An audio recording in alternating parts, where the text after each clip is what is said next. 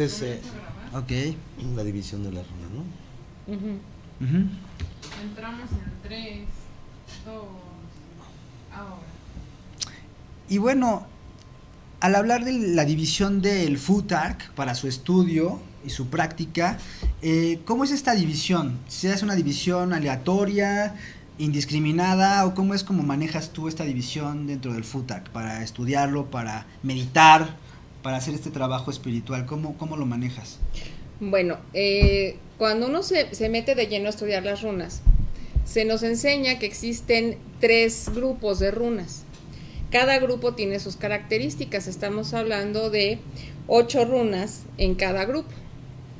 Entonces, el primer grupo, por ejemplo, es el grupo apapachador, es el grupo que te lleva de la mano energéticamente a un cambio, es el grupo que te enseña todo lo que estás queriendo aprender, es el grupo que te alimenta espiritualmente. Después tenemos al grupo que es un tanto más guerrero, es el grupo con el que tenemos que luchar con nosotros mismos hacia nuestro ser interno y hacer cambios que son radicales y que son muy bruscos. Y por último, el siguiente paso es ya el de encontrar tu camino, digamos, lo sacerdotal de alguna manera, ¿no? Es un camino energético de luz, es un camino en donde encuentras de en dónde perteneces y por qué estás en ese momento en donde estás parado. Así es más o menos como puedes manejar las runas para empezar un camino espiritual. Ok, y Eduardo, ¿tú cómo practicas esta parte de la división de las runas? Pues sí, precisamente como ya nos comentaba aquí nuestra amiga, nos dice que son 3 grupos de runas o familias llamadas Aetirs, y precisamente el primer grupo de 8 runas nos habla acerca de lo que son las necesidades básicas. El segundo grupo nos habla acerca de lo que son las pruebas en la vida y sobreponerse a esas pruebas o pasarlas. Y la tercera familia o Aetir nos va a hablar acerca de el camino hacia la iluminación. Entonces, ¿cómo funcionan en mi vida? Pues precisamente trabajando en cada una de ellas, en las necesidades básicas. Por ejemplo, si hablamos de Fehu o Fiu, es la primera runa y nos habla acerca de cuestiones económicas y del poder hacer o tener. Y entonces ahí es donde, para trabajar con esta runa, pues hacemos meditación y todo para poder obtener la posibilidad o echar a andar la parte de poder hacer, ser, hacer y tener. Ok, eso se me hace súper interesante, Eduardo, que me menciones a Fehu, Fiu, en esta parte porque lo podemos relacionar a esta runa, a este primer Aetir, con la parte de las primeras necesidades energéticas de nosotros como seres humanos. Y podría ser que podría coincidir con este centro energético raíz o básico, ¿no? Porque sí, es de donde nosotros tomamos esta parte de hacernos de las primeras necesidades para sobrevivir. Así es, de alguna manera sí. Sin embargo, bueno, si vamos a la segunda runa, que es Urus, por ejemplo, que aquí en una carta está representada por este toro, que es un toro ancestral. Digamos que también ahí aparece como, digamos, el chakra raíz o la energía de lo que llamamos también en runa, en magia Vidkar o sanación Vidkar, los Hebels, ¿no? Pero digamos que esto también tiene que ver porque habla acerca de la energía sexual. Energía sexual tal cual, no habla de amor, no habla de cariño, de aprecio, habla de sexo. Y también tiene que ver con esta parte, o sea, no está en el corazón, está en el chakra raíz, que es precisamente el de la sexualidad. Entonces sí están como ligados. Ok, entonces podemos decir que varias runas podemos ubicarlas en centros energéticos de una forma importante para poder trabajarlo. Así es. Ok. Y bueno, me gustaría también que mencionaran, Denise, que nos mencionaras tú, ¿qué es lo que haces más? ¿Practicas magia? ¿Haces la parte de mancia? ¿O cuál es la distinción de estas dos? ¿Cómo es que tú lo vives día a día en tu vida? Bueno, se comienza con la mancia. Tiene uno que hacer una tirada de runas en específico para saber qué necesidades o qué es lo que debo de cambiar en ese momento. Las runas no te van a decir, bueno, si haces esto te va a pasar aquello, si haces por allá te va a pasar esto más.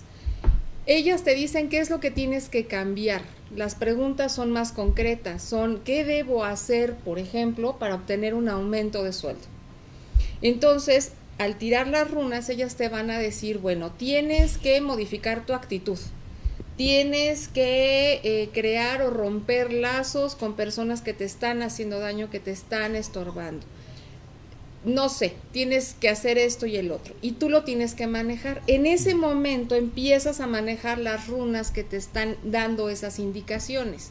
¿Cómo las manejas? Puede ser a través de una vela, grabando tu vela, entrando en esa meditación con tu vela, imaginando, por ejemplo, con las cartas que nos enseñaba Eduardo, o teniendo tu propia imagen de esa runa y haciendo esta meditación profunda para poder entrar en tu subconsciente.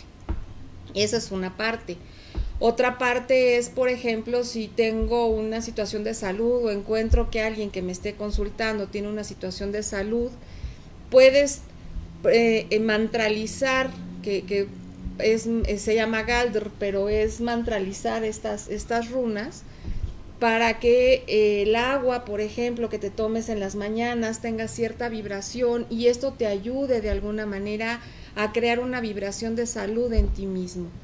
Eso es como más o menos se puede ir manejando. Puedes hacer una alcolatura, una poción mágica, puedes hacer una loción y en esa loción imprimirle las runas también, mantralizarlas, energetizarlas y entonces le vas a potencializar de alguna manera esa vibración energética, esa alcolatura que te puedes poner para tu protección, para la limpieza de tu lugar de trabajo, para muchas cosas. Eso es en cuanto a magia, ¿sí? Okay. Pero si ya quieres un trabajo ya de sanación, entonces ya es con otro tipo de mantralizaciones. Se hacen las runas con las manos sobre los centros energéticos y se maneja una situación energética más profunda y más fuerte, ¿no?, en las personas. Ok, y bueno, si pasamos a esta parte de crear las runas, uh-huh. ¿Sí, Eduardo? ¿Cómo es que tú creas las runas? ¿Qué es lo que tú sugieres para crear tus propias runas o si las compro? Para ti, ¿qué es lo más poderoso en ese sentido? Bueno, prácticamente lo ideal es que sean naturales, lo ideal es que sean naturales y que se lo realice uno mismo desde conseguir lo que es la rama de donde se van a cortar, pueden ser de madera, de metal, de muchos materiales. Dependiendo del material que se haga es la duración que tiene, obviamente, tanto el material como la energía de la runa plasmada allí. Lo ideal es que sean de madera, por ejemplo, porque es muy maleable, se puede conseguir una vara más o menos de, no sé, 2,5 centímetros, por ejemplo, de diámetro y cortarla en rodajitas de 1 centímetro más o menos o medio centímetro y entonces para que sean más o menos todas parejas de la misma rama para que sean similares. Y en base a eso ya se puede hacer, se lijan, se trabajan para dejarlas lisas y luego se graban, ya sea con pirógrafo o con algún aparato que sea como taladro, por así decirlo, o que le llaman que es un motorcito, ¿no? Con un motor se graban y luego se entintan. Hace un momento comentabas acerca de que se hacía una mantralización o de que se mencionaban por medio de lo que es la energía verbal. Pero bueno, prácticamente la magia rúnica tiene varios aspectos que se deben de cumplir. Uno de ellos es saberla trazar, saberla grabar, saberla entintar, saberla mencionar o cantar y proveerle del aliento. El OND. Exactamente, exactamente, y entonces ya puede funcionar la magia rúnica y con esto digo solamente una precisión porque no solamente se mencionan, incluso se hace como el yoga que decía, el yoga rúnico, que es hacer la figura de la runa con el cuerpo, y todo esto complementa lo que es la energía rúnica en uno y en la magia. Ok, y bueno, todo lo que estamos comentando con Eduardo y con Denise también nos puede llevar a esta parte de que en todo nuestro cuerpo, en todo lo que existe en nuestro alrededor, podemos ver estas runas de cierta forma, porque si hablamos de las runas están en toda la naturaleza, ahí está el poder. Y bueno, mencionando también que obviamente me gustaría que Eduardo nos dijera de dónde vienen estos pasos para poder saber tanto decirlas, susurrarlas, como marcarlas. Eso donde lo puede ver el auditorio para poderlo concebir. Pero bueno, después del corte ya nos dirá Eduardo cómo podemos conseguir estos pasos hacia la creación de las runas. Regresamos. Listo. Perdóname, es que te No, había está mencionado bien. lo del No, minuto. está bien, está bien. Y dije,